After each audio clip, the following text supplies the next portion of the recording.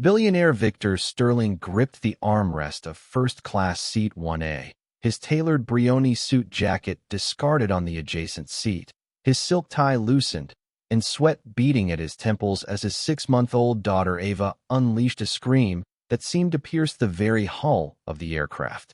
For 2 unrelenting hours, every soul on that transatlantic flight had endured the piercing wails that no executive power, no premium service, and no amount of desperate improvisation could silence. Victor had exhausted every option. He deployed the sterilized organic European formula, attempted the $500 ergonomic pacifier recommended by celebrity pediatricians, changed her designer onesie 3 times, and even held his phone playing white noise apps at maximum volume near her tiny, furious face. Nothing penetrated her distress. The other first-class passengers had progressed from sympathetic glances to barely concealed contempt. Flight attendants had whispered suggestions that crumbled on contact with reality. Even the captain had made a carefully worded announcement about maintaining a peaceful cabin environment, and Victor knew with burning certainty that every word was aimed directly at him. That's when the impossible occurred.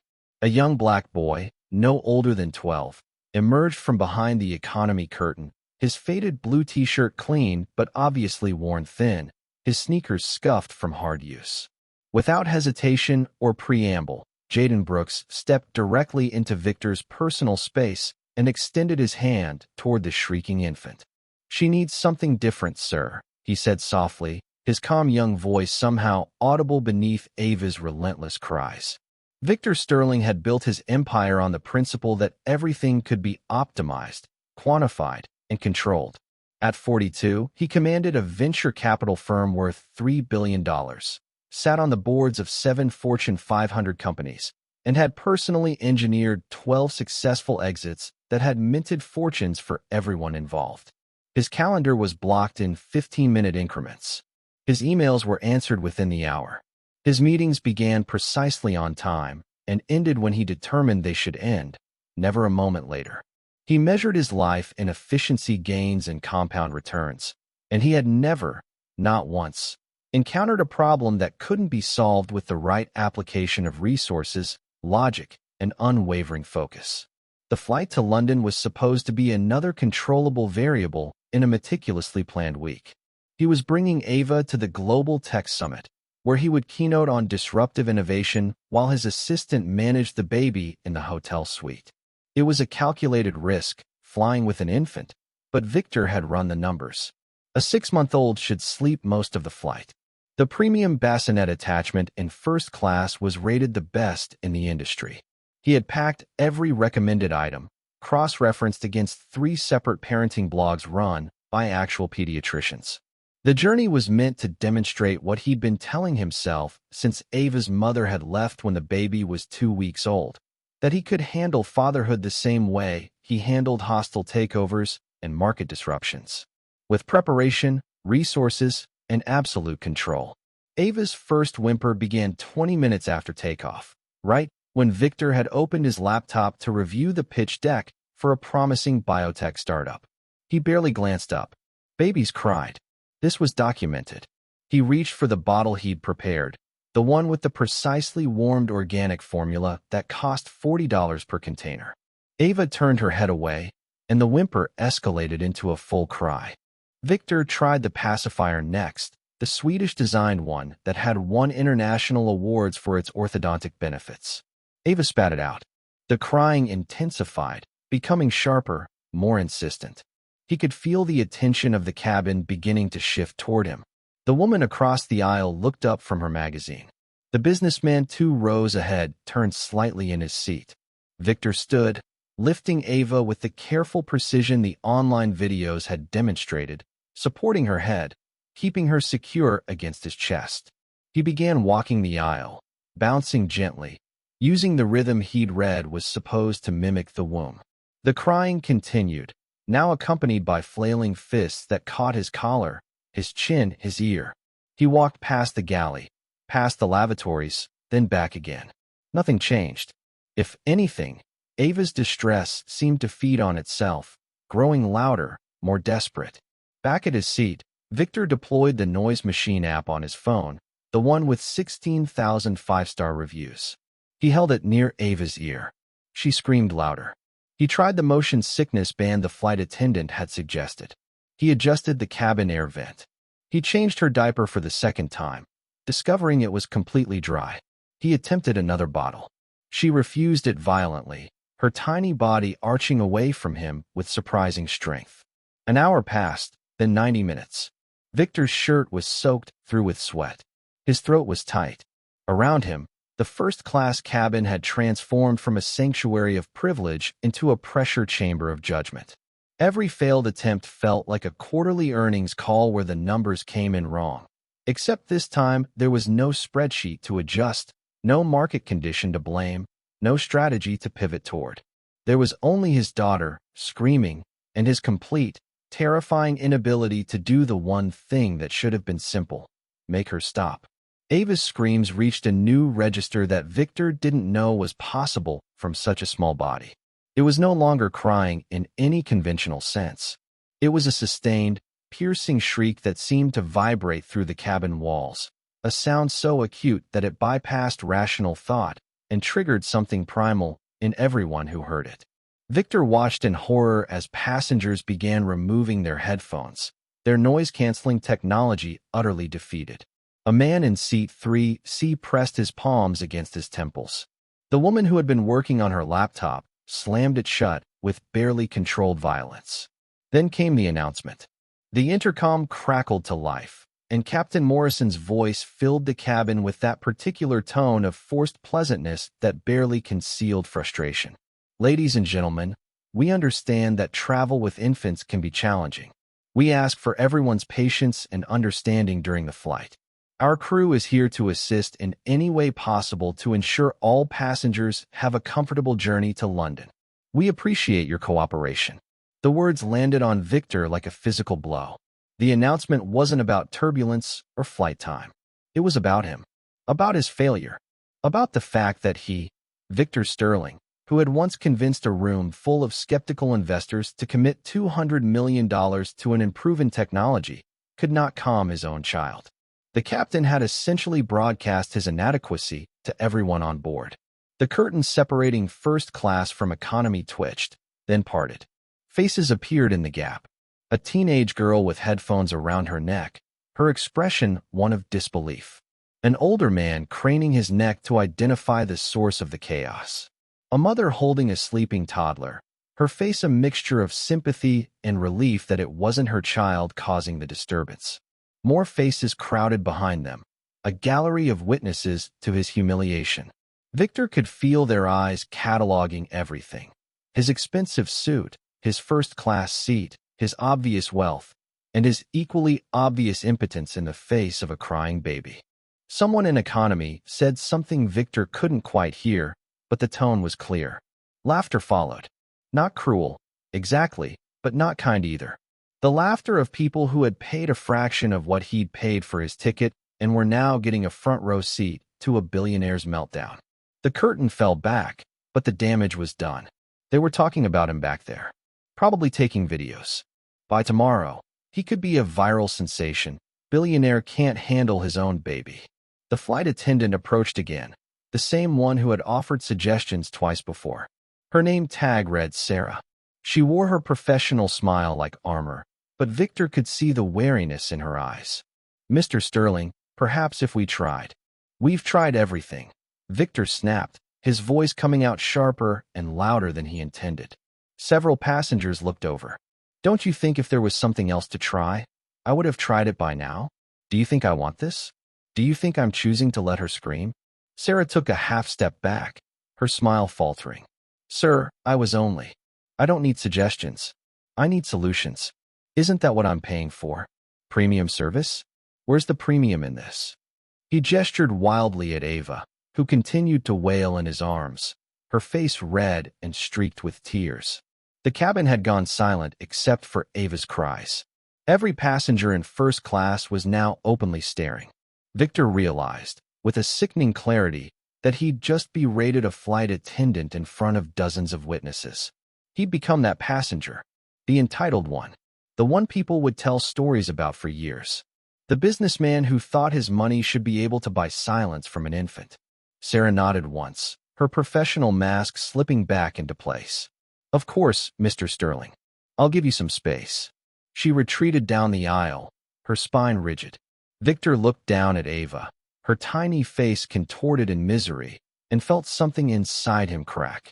He had lost control completely, and everyone knew it. Victor had faced hostile boardrooms before. He'd sat across from competitors who wanted to destroy him, regulators who wanted to fine him into oblivion, and journalists who'd come to meetings with already written hit pieces in their notebooks. But he'd never experienced anything quite like the unified contempt of an airplane cabin. It was a particular kind of social hell, trapped at 35,000 feet with nowhere to hide and no exit available for another 4 hours.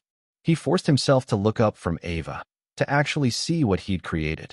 The businessman in 3A had his arms crossed, jaw clenched, radiating the kind of cold fury that came from a ruined work session. The elderly couple in row 4 sat rigid, their earlier sympathy completely evaporated. The woman across the aisle who'd been reading had her book pressed against her chest like a shield, her eyes sharp with accusation. Even the man who'd been sleeping had woken up and was glaring with the special resentment of someone whose rest had been stolen. They weren't just annoyed. They hated him. Every single person in first class had unified in their silent judgment of Victor Sterling, the man who couldn't control his own child. He could practically hear their thoughts. All that money, all that privilege, and he can't even manage basic parenting. Probably never changed a diaper before today. Probably has nannies for everything. And now we all have to suffer for it.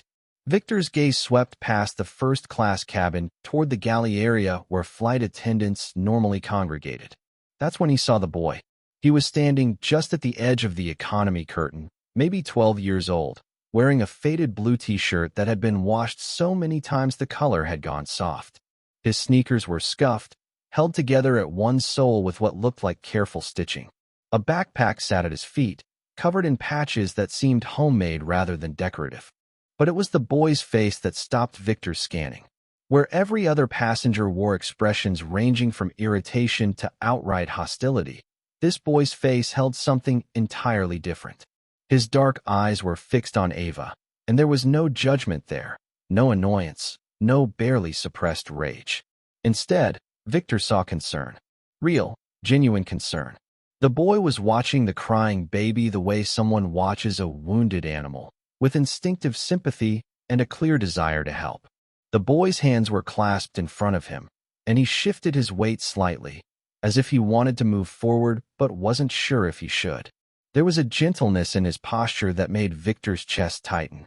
This child from economy, this kid who clearly had nothing, was looking at Ava with more compassion than anyone in first class had shown in the last 2 hours. For a brief moment, their eyes met. The boy didn't look away or drop his gaze in deference. He simply nodded, a small gesture that somehow communicated understanding, not of Victor's embarrassment or frustration, but of Ava's distress, as if the boy knew something Victor didn't.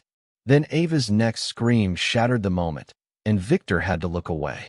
Victor slumped back into his seat, every muscle in his body aching from tension and exhaustion. His arms felt like lead from hours of holding and bouncing Ava. His throat was raw, though he couldn't remember if he'd been talking to her or just breathing through his mouth in shallow, panicked gasps. He looked down at his daughter, her face blotchy and red, her tiny body rigid with distress, and felt the last reserves of his energy drain away. One more time. He would try one more time, and if it didn't work, he didn't know what he would do. Surrender, maybe. Just sit here and let her scream until they landed, accepting his complete defeat in front of everyone. He stood, cradling Ava against his chest, and began the rocking motion that was supposed to soothe infants. Gentle, rhythmic, the movement coming from his hips and knees the way the parenting articles had described. He added a soft bounce, tried humming under his breath, anything to create some kind of calming pattern. Ava arched backward in his arms, her scream reaching a pitch that made his ears ring. Her little fists flailed, catching him in the throat. Victor stumbled slightly, catching himself against the seat back, his vision blurring with exhaustion. This was it, the absolute bottom. He couldn't even perform the most basic function of parenthood. He was failing at something humans had been doing successfully for thousands of years. Then he heard footsteps, soft, deliberate, coming closer. Victor looked up to see the boy from the galley walking down the first-class aisle. The kid moved with quiet purpose, his shoulders squared despite his worn clothing, despite the obvious class barrier he was crossing. Every eye in the cabin tracked his movement. A flight attendant started to intercept him, but something in the boy's expression made her hesitate. Jaden Brooks stopped directly beside Victor's seat, standing in the aisle at full height, looking down at the crying baby with that same expression of focused concern Victor had seen earlier. Up close, the boy seemed even younger, his face still holding that softness that hadn't yet sharpened into adolescence. But his eyes were steady, calm, utterly unintimidated by the luxury surrounding him or the desperate billionaire in front of him. Victor's hand came up instinctively, palm out, a barrier gesture born from exhaustion and the last shreds of defensive pride. "I don't," he started, his voice hoarse. "We don't need," the words caught in his throat. His hand hovered between them, not quite pushing the boy away, but clearly signaling rejection. His face felt hot, his expression a mess of frantic stress and embarrassment. Some part of him was screaming that this was absurd, that he didn't need help from a child, that accepting intervention from a kid in a threadbare t-shirt would be the final humiliation in a day full of them. But Jaden didn't retreat. He stood there, patient and unmoving, his hand already extending toward Ava. His voice was quiet, almost gentle, cutting through the baby's wails with unexpected clarity. "She just needs something different, sir," Jaden said. "May I try?" Victor's hand remained suspended in the air between them, trembling slightly from exhaustion and the weight of Ava in his other arm. The defensive gesture hung there, useless, as Jaden simply waited. The boy didn't acknowledge the rejection. He didn't step back or apologize for the intrusion. He just stood there with that same calm, steady presence, as if Victor's resistance was as irrelevant as the turbulence warnings they'd received earlier. Ava screamed again, her body going stiff, and Victor felt his arm dropping slowly to his side. He had nothing left. No energy for pride, no reserves for maintaining appearances. His defensive wall crumbled under the simple weight of the boy's patience. Jaden leaned in slightly, his eyes fixed entirely on Ava now, not on Victor. He tilted his head, studying her the way a mechanic might study an engine, looking for something specific. His expression shifted, recognition flickering across his young face. When he spoke again, his voice was even softer than before, meant only for Victor's ears despite the entire cabin straining to listen. "She just needs a moment to focus on something else, sir." Jaden's tone carried absolute certainty, the kind of confidence that came from experience rather than theory. "Her tummy is fine. She's not hungry. She's not uncomfortable." He paused, his gaze tracking Ava's movements, the way her fists clenched and unclenched, how her eyes squeezed shut and then opened in brief, unfocused moments. "She's overstimulated. Everything's been too much for too long, and now she can't find her way out of it." Victor stared at the boy, his mind struggling to process what he was hearing. Overstimulated. Of course. He'd been trying to fix problems that didn't exist, throwing solutions at her like he was troubleshooting a software bug, when the real issue was that he'd overwhelmed her with attempts to help. Every bottle, every pacifier, every app and gadget and desperate intervention had just added more stimulus, more chaos to her already overloaded system. "I have 3 younger siblings," Jaden continued, his voice carrying a matter-of-fact quality. 2 sisters and a brother. I've been helping with them since I was 8. I know that look. She's just lost in it now. Can't break the cycle on her own." The cabin around them had gone quiet except for Ava's cries. Even the hostile passengers seemed to have paused their judgment, curious despite themselves. Victor could feel their attention, but for the first time in hours, he didn't care. He was looking at this 12-year-old boy in his faded clothes and worn sneakers, and seeing something he hadn't seen in any of the first-class passengers or flight attendants or expensive parenting resources. Experience. Real, Practical, earned through necessity experience. What do I do? Victor heard himself ask, and was startled by how the question came out. Not demanding, not commanding. Asking. Actually asking for help. Jaden's eyes finally lifted to meet his. Let me try something. It'll only take a moment. Victor nodded, the movement barely perceptible, his last shred of resistance dissolving. He shifted slightly in his seat, creating space, his arms still holding Ava, but no longer trying to control the situation. For the first time in his adult life, he was surrendering completely, placing his trust in someone else without contracts or guarantees or any assurance of success. Jaden moved closer, positioning himself so he was directly in Ava's sight line. He didn't reach for her immediately.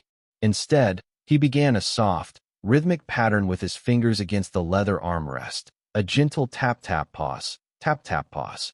The sound was quiet, almost subliminal, but distinct enough to cut through Ava's screaming. Then he started to hum, a low, melodic sound that seemed to match the rhythm of his tapping, creating a simple pattern that repeated with perfect consistency. Ava's scream caught, stuttered for just a fraction of a second. Jaden didn't change what he was doing. He maintained the exact same rhythm, the same gentle humming, his eyes soft and focused entirely on her. Slowly, with his free hand, he reached out and let his fingers rest against Ava's tiny clenched fist, not grabbing or restraining, just making contact. The screaming stopped. Not gradually, not with a winding down or a whimper. It simply stopped, as if someone had flipped a switch. Ava's eyes, which had been squeezed shut or wildly unfocused for hours, suddenly locked onto Jaden's face. Her little body, rigid with distress moments before, began to soften. Her fist uncurled slowly, her tiny fingers wrapping around Jaden's thumb with surprising gentleness. Jaden kept humming, kept tapping the same pattern, his movements unhurried and confident. Ava watched him with complete fascination, her chest still hitching with leftover sobs, but the screaming was gone. Her eyes tracked his face, studying this new presence with the intense concentration only babies could achieve. The tapping continued, steady as a heartbeat. The humming wove through the cabin like a spell. Then Ava's eyes began to flutter. Once, twice. Her grip on Jaden's thumb loosened slightly. Her breathing deepened, steadied, the frantic gasping replaced by slow, even pulls of air. Jaden adjusted his rhythm, making it even slower, and Ava's eyes closed completely. Her head settled against Victor's chest, her body going fully slack in that boneless way sleeping babies do. The silence that filled the cabin was so complete, so absolute, that it felt physical. Victor could hear the hum of the engines, the whisper of air circulation, the soft rustle of someone shifting in their seat 3 rows back. No crying, no screaming, just profound, blessed quiet. Jaden slowly withdrew his hand, the tapping fading to nothing, the humming trailing off into silence. He stepped back slightly, his eyes checking Ava one more time to confirm she was truly asleep. She was, completely, peacefully asleep in Victor's arms, as if the last 2 hours of hell had never happened. Victor couldn't move.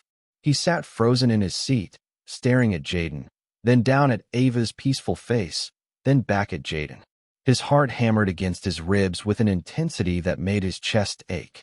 The panic that had gripped him for hours had evaporated, but in its place came something almost more overwhelming, a profound, stinging awe that felt like it might crack him open. This child had done it.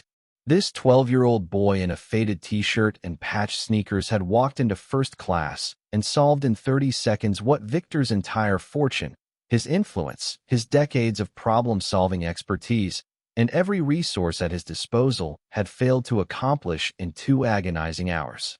The disparity wasn't just humbling. It was devastating. Victor became aware of the cabin around them. Passengers were still watching, mouths slightly open, eyes wide with disbelief. The flight attendant Sarah stood near the galley, her hand pressed to her chest.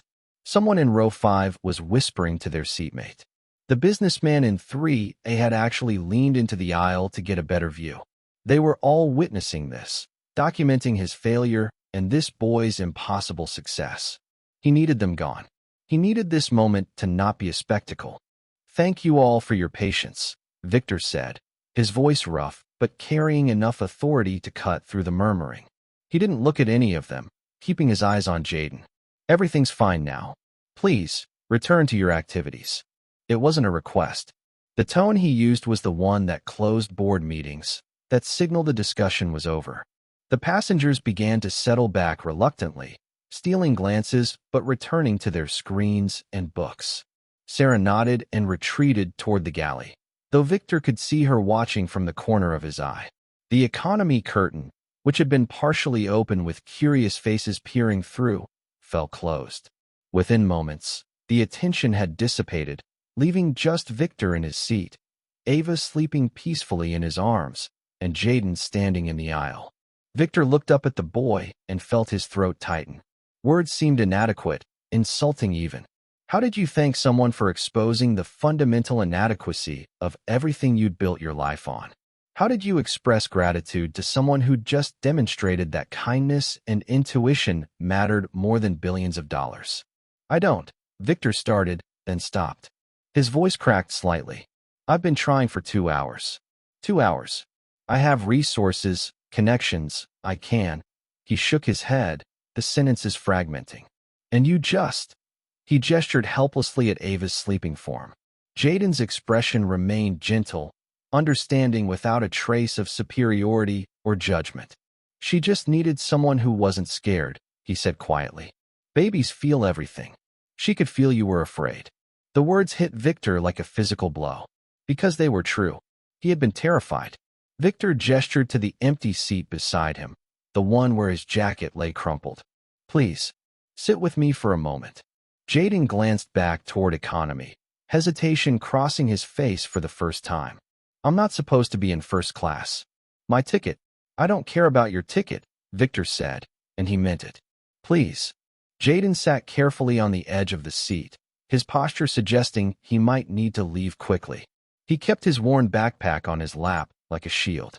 Up close, Victor could see the careful mending on the boy's shirt collar, the way his jeans had been hemmed by hand, probably multiple times as he grew. "How did you know what to do?" Victor asked. "Where did you learn that?" Jaden shrugged, a gesture that seemed both modest and matter-of-fact. "My mom works 2 jobs. She's gone most days from 6 in the morning until after 9 at night. Someone has to watch my brother and sisters. Marcus is 7, Kira is 4, and Destiny just turned 2. He said it without complaint, just stating facts. "I've been helping since I was old enough to hold a bottle steady." You learn things when you have to. Victor absorbed this, the casual revelation of a childhood spent raising other children. The humming, the tapping. Where did that come from? Destiny used to get like Ava did. All worked up, couldn't calm down. My mom couldn't afford the fancy toys or the expensive stuff, so I had to figure out what actually worked. Jaden looked down at his hands. Turns out babies just need something steady to focus on. Something that tells them the world isn't as chaotic as it feels. A pattern, a rhythm, someone who isn't panicking. The simplicity of it made Victor want to laugh or possibly cry. He'd been so busy trying to apply resources that he'd missed the fundamental truth. Ava didn't need products. She needed presence. "How old are you, Jaden?" 12. 13 in October. "And you're flying alone?" "To visit my grandma in London.